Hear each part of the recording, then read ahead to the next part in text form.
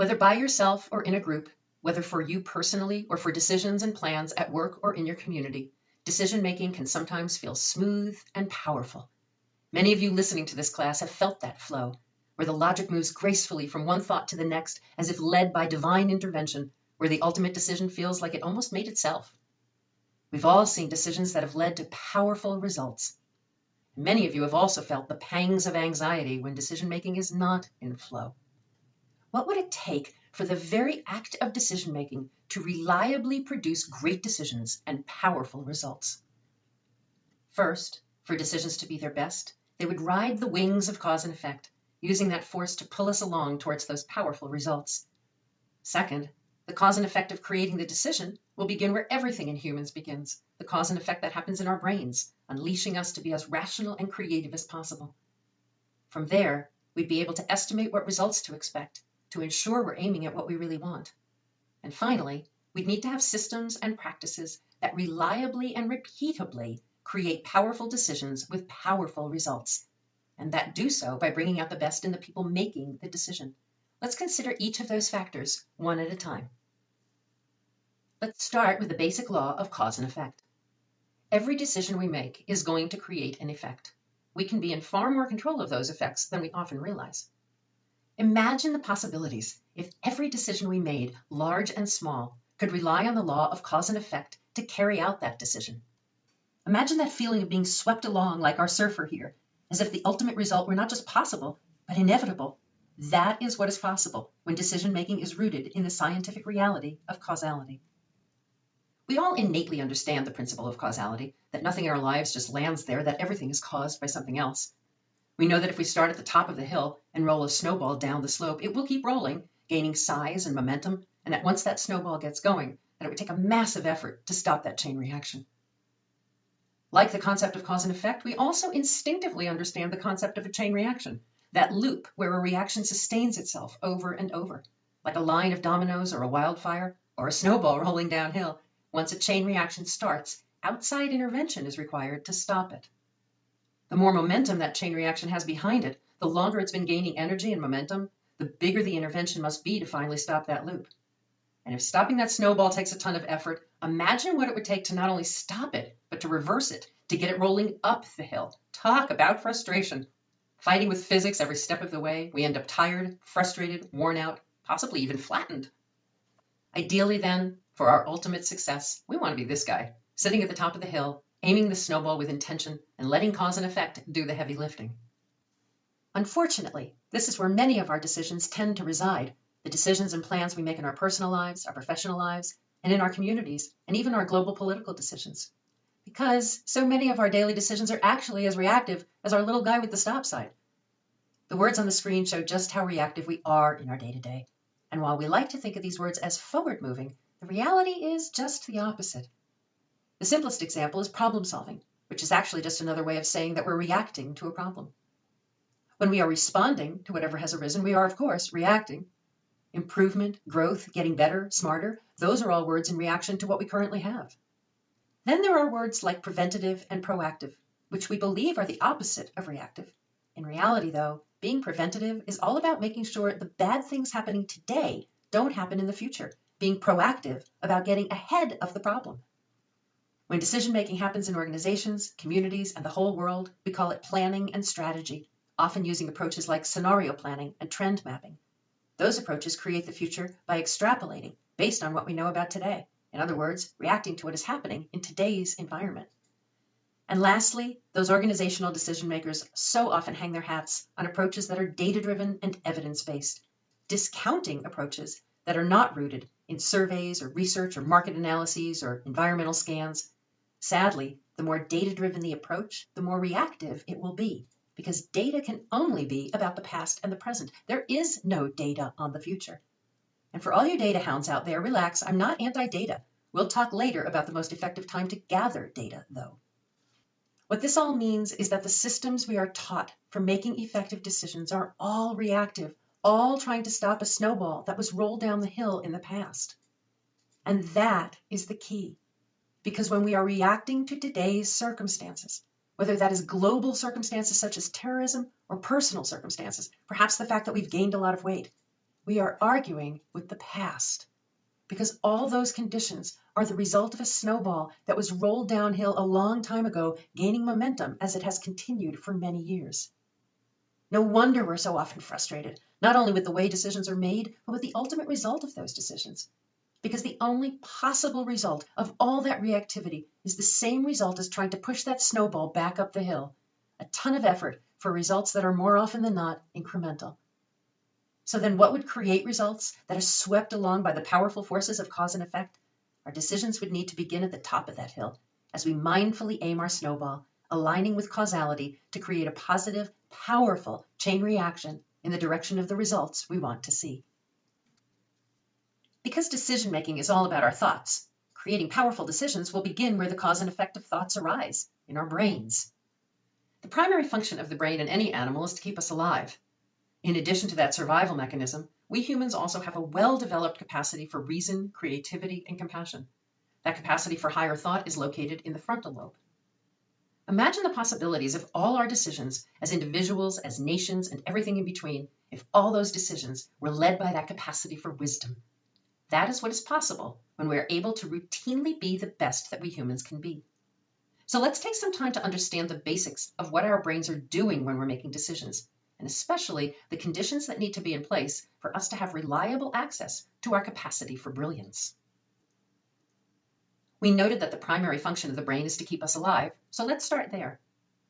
You can see from the slide on the screen that the brain's survival mechanisms have evolved to be located at the gateway to the rest of the body, right atop the neck.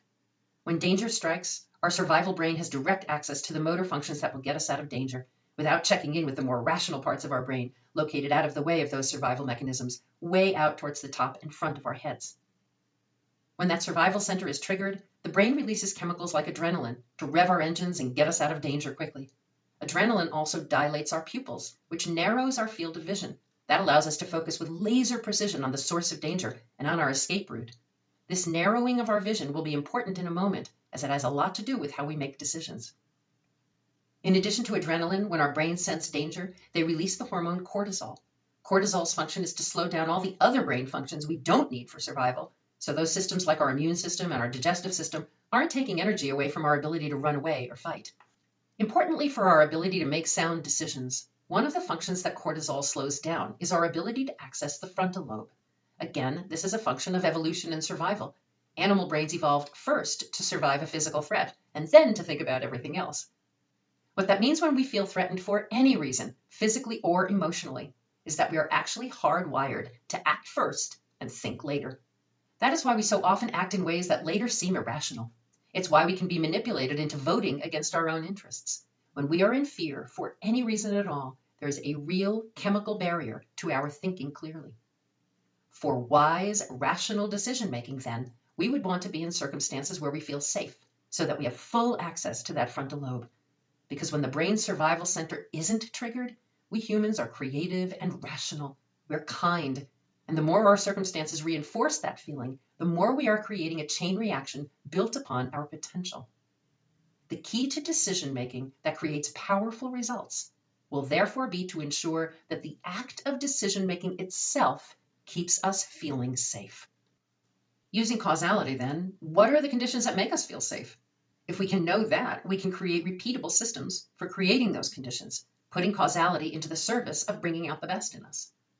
Let's look at 3 of the most important safety factors when it comes to the decisions we make.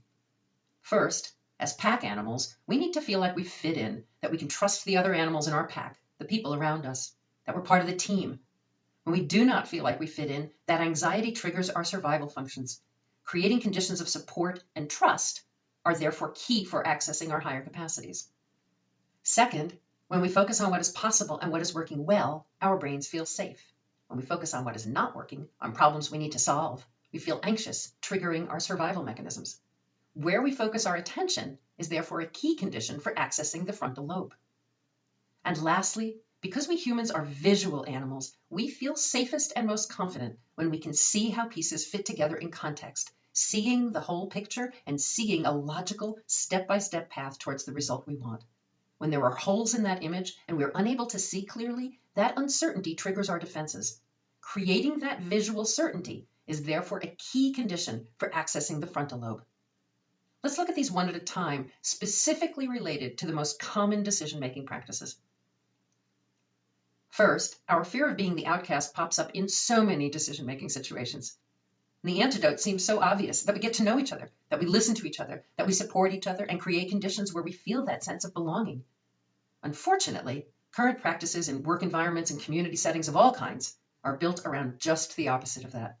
In those settings, we're encouraged to get down to business, that taking time to get to know each other, to build trust, is a touchy-feely waste of time.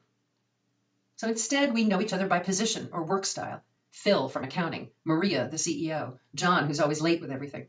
Without knowing each other as people, our survival brains lead us to suspect each other rather than trust each other, which means we don't share our most creative thoughts, and we especially don't ask questions.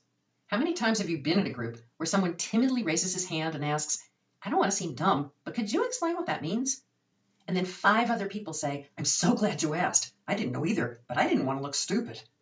When people do know and trust each other, they are comfortable to think together, to explore possibilities. They will ask those supposedly stupid questions, which means it is actually far more efficient to spend time knowing each other as people than it is to just get down to business.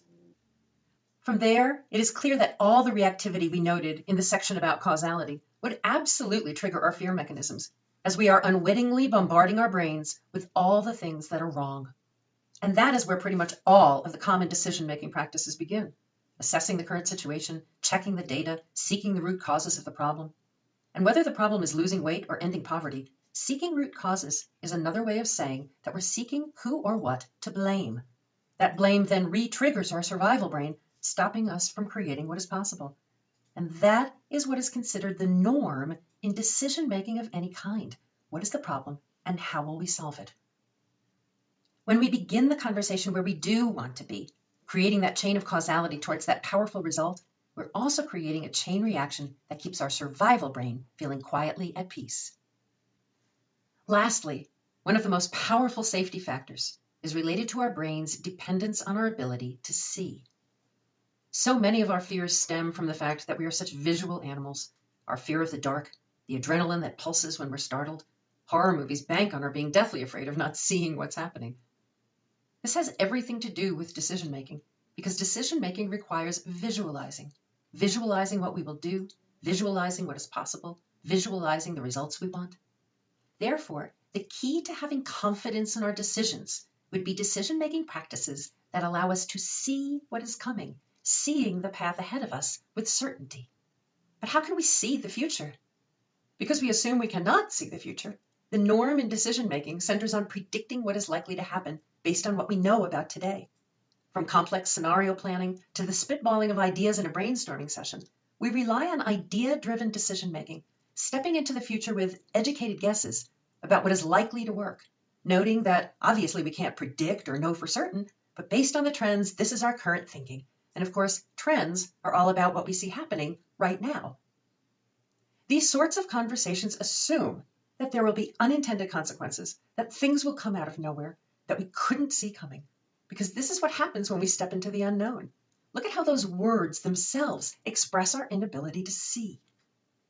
And once that anxiety begins, adrenaline will then narrow our field of vision even further, making it harder for us to envision something broad and grand and wonderful. That is what our current decision-making practices do to our brains. So here is what becomes clear. By connecting us to each other, aiming us at what is possible and strong, and especially showing our vision-focused brains what the road will look like, decision-making practices can do a much better job of giving us direct access to the center of our brain's wisdom and creativity, our frontal lobe. If we are using our brains to create causality towards the best possible outcomes, what is the best possible result we could achieve? We have the choice in every decision whether to eliminate a negative condition or to reach for +1 and create a positive state.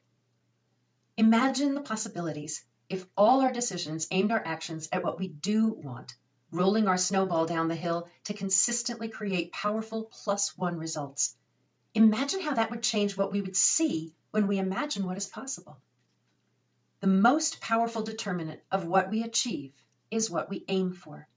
Given the degree that reactivity guides most our decision-making, unfortunately, whether in our individual lives, in our businesses, and our community lives, We don't aim for the stars. Even more unfortunately, we're not even aiming at the 0 point of completely eliminating that negative condition. Because with all that reactivity going on, we frequently feel like reaching for 0 would be unrealistically daring. We wind up saying things like, there'll always be poverty, or there'll always be some people who are addicted to drugs, so the best we can do is reduce those numbers. So we look at a 30% reduction in poverty, or a 50% reduction in addiction. In our personal lives, we hedge our bets. I need to lose 50 pounds, but if I lost 20, I'd be happy. What we're actually saying is that we're at -5, and we'd be totally good aiming for -3.